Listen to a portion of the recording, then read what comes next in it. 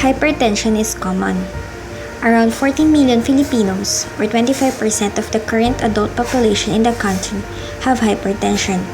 According to the Department of Health, the benefits of treatment of hypertension are stroke risk reduction, which is the reduction of 5 millimeters of mercury diastolic blood pressure is associated with a 35% to 40% decrease incidence of stroke.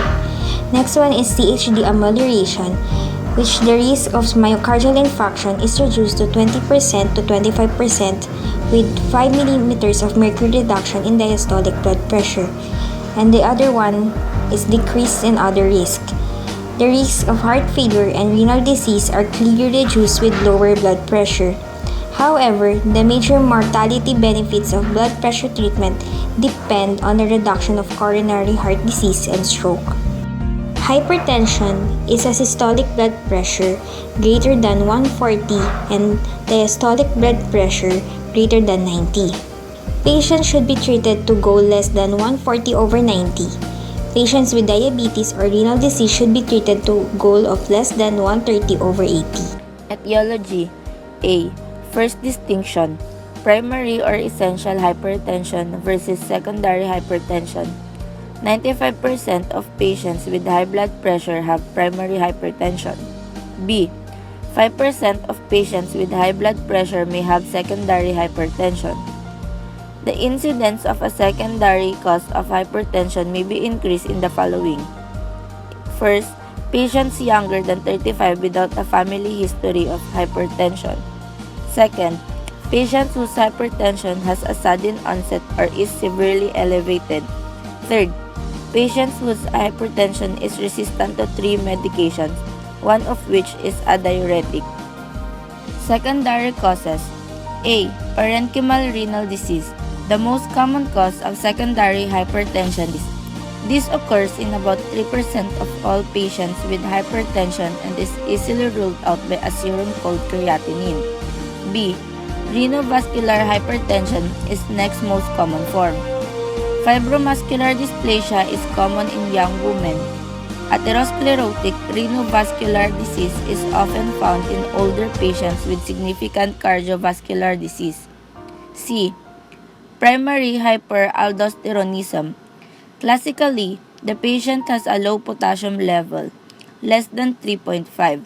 Although in many patients, the potassium could be at a low normal level.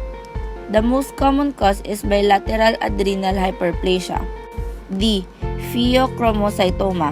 This is rare. The patient classically has paroxysm of hypertension, sweats, and palpitations. However, over half of patients with pheochromocytoma present with a steady elevation of blood pressure. A 24-hour urine collection for metanephrines is a simple screen. E. Cushing disease. This is a rare cause of secondary hypertension. Patients classically are obese with striae. A 24-hour urine collection for cortisol is a good screen. F. Sleep apnea, newly recognized cause of secondary hypertension. Patients are often obese with daytime somnolence.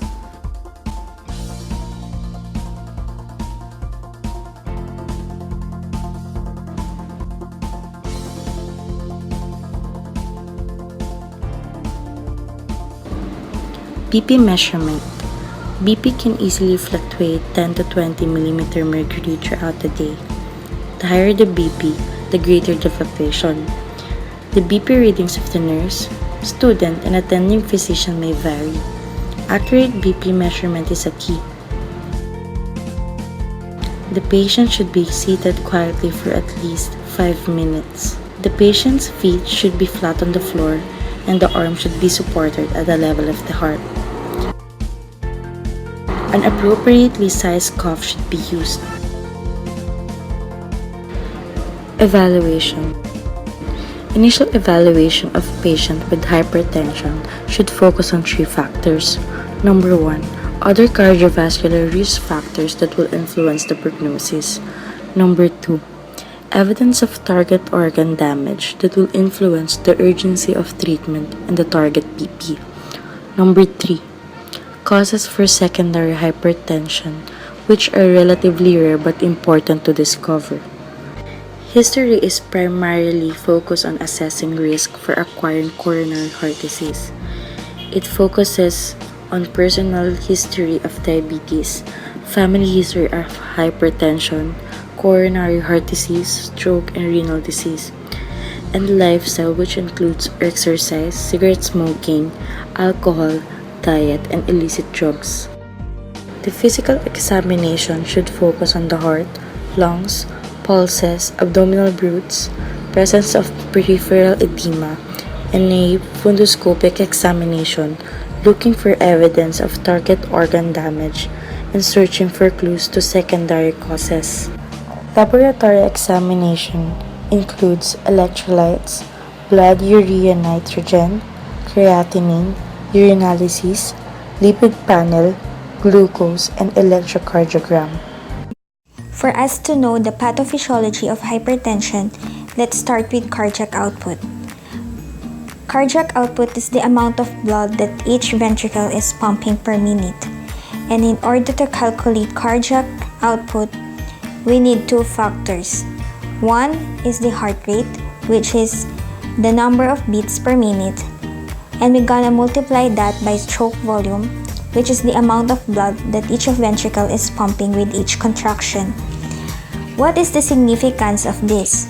Well, blood pressure can be determined by taking cardiac output and multiply that by peripheral resistance. Peripheral resistance is the one that deals with the amount of resistance to the blood flow. If there is an increased resistance to the blood flow, it is harder for the blood to get through the vessels. That is an increased peripheral resistance. And if you increase any of those two factors, the cardiac output and peripheral resistance, it will affect the blood pressure. Usually, when dealing with hypertension, the main cause of increased blood pressure is going to be your peripheral resistance. There's something that affecting the ability of the blood to flow through those vessels, and that is gonna increase your blood pressure. And the main reason for that is increased anterior vasoconstriction. What is anterior vasoconstriction? For example, this is your artery, and this layer is the endothelial layer, which is surrounded by the smooth layer. And if there is a muscle, there is a contraction. If there is an increased sympathetic activity, the sympathetic nervous system is releasing norepinephrine and epinephrine, basically adrenaline. And that is gonna cause the contraction of smooth muscle layer, and as a result of that, the lumen of the artery gonna get smaller. If the arteries are smaller, it will have more resistance to flow, which increase peripheral resistance. And as a result, there's an increased blood pressure. There are other factors that is coming to play. If there's an increased peripheral resistance, that will make harder the blood to flow to the destination that it needs to go to. And as a result of that, there's a decreased blood flow to the kidneys. Then the kidney is going to release renin, and releasing a renin will have two main effects. And we describe this as renin-angiotensin-aldosterone system, or RAAS. The first pathway would be renin will release angiotensinogen, which is going to be an inactive protein that produced in the liver, which now converts to angiotensin 1. And an enzyme, angiotensin converting enzyme, or ACE, will convert angiotensin 1 to angiotensin 2. And the significance here is that angiotensin 2 is the most potent vasoconstrictor in the body. And if there's an increased vasoconstriction, it will increase peripheral resistance. The other effect of kidney releasing renin would be releasing of aldosterone. And the significance with aldosterone, it will increase sodium ion reabsorption. And this will followed by water reabsorption. One of the main functions of the kidney is to filter the blood and to produce urine to get rid of waste. And regulating the amount of water that leaves the body is important in maintaining fluid balance in the body. So, if you are reabsorbing more water in the body, this will cause an increase in blood volume. And with increased blood volume, this will increase cardiac output. And that increased peripheral resistance and increased cardiac output will result to increased blood pressure, which is the formula a while ago. The blood pressure is equal to cardiac output times peripheral resistance. With an increase, even more blood pressure, this will damage even more blood vessels. As a result of that, there is going to be antisympathetic activity. That will cause a reduction in blood flow to the kidney. And as you can see, this is a cycle. And that is why hypertension is such a terrible thing, because it kind of feeds on itself and make itself worse. Non-pharmacologic treatment. First, the dietary approach to stop hypertension diet, or DASH diet. This is the diet rich in fruits, vegetables, and whole grain. All patients with pre-hypertension, stages 1 and 2, should be prescribed the DASH diet. DASH diet compliance can lower BP as much as 18 to 14 millimeter of mercury. Weight reduction, a loss of only 10 kg may reduce BP in 5 to 20 millimeter of mercury. It is difficult for patients to lose weight. However, weight loss should be encouraged. Medications. Diuretics. Diuretics are inexpensive, effective, and well tolerated in low doses. Beta blockers are useful for symptom control in patients with tachyarrhythmia and angina.